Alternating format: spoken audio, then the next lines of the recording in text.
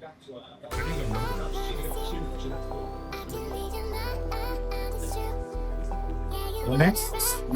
2026 top 10 movies if I have to pick.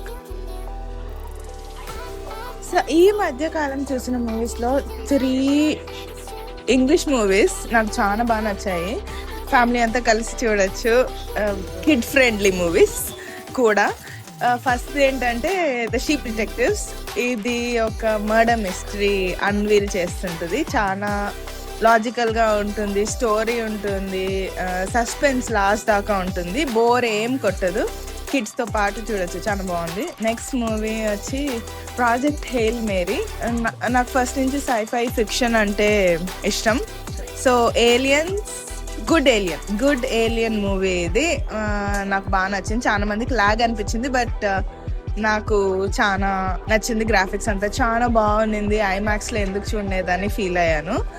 ఇంకొకటి voice mails for Isabel. So ఇదొక beautiful love story కాలిఫోర్నియాలో and టెక్సస్లో. So బాగుంటుంది.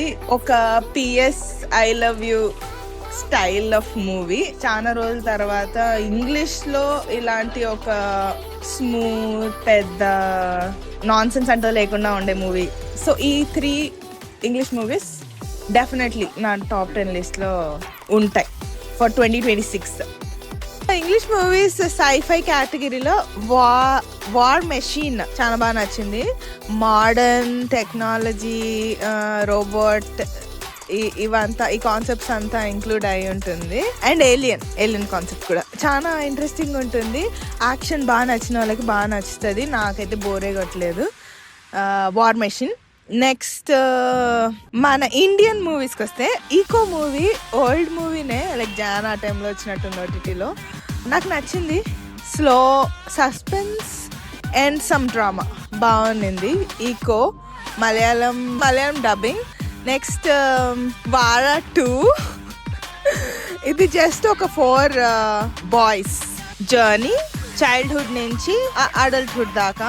నాకైతే బాగా అనిపించింది. స్టోరీ లైక్ నార్మల్ స్టోరీ, కానీ just to go back in the memory lane. మనకు చూసినప్పుడు ఒక మంచి ఫీల్ వస్తుంది. నాకైతే వచ్చింది. సో వారా 2. తర్వాత ఆడు 3. అది ఒక డిఫరెంట్ కాన్సెప్ట్. 2 డిఫరెంట్ టైమ్ లైన్స్లో స్టోరీ నడుస్తుంది. చాలా డిఫరెంట్గా, చాలా ఇంట్రెస్టింగ్గా ఉన్నింది. Story is really good.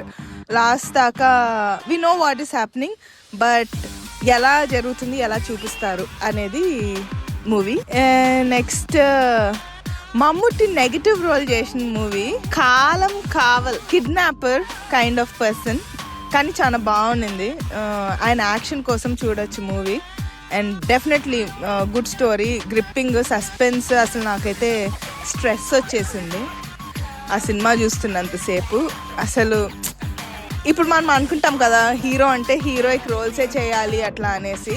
కాదు, మమ్ముట్టి నుంచి అందరు నేర్చుకోవాలి. ఒక యాక్టర్ అనే అతను పాజిటివ్ రోల్స్ చేయాలి, హీరో రోల్స్ చేయాలి, నెగిటివ్ రోల్స్ కూడా చేయాలి. లైక్ ఇదొక complete different dimension he unlocked in acting for me.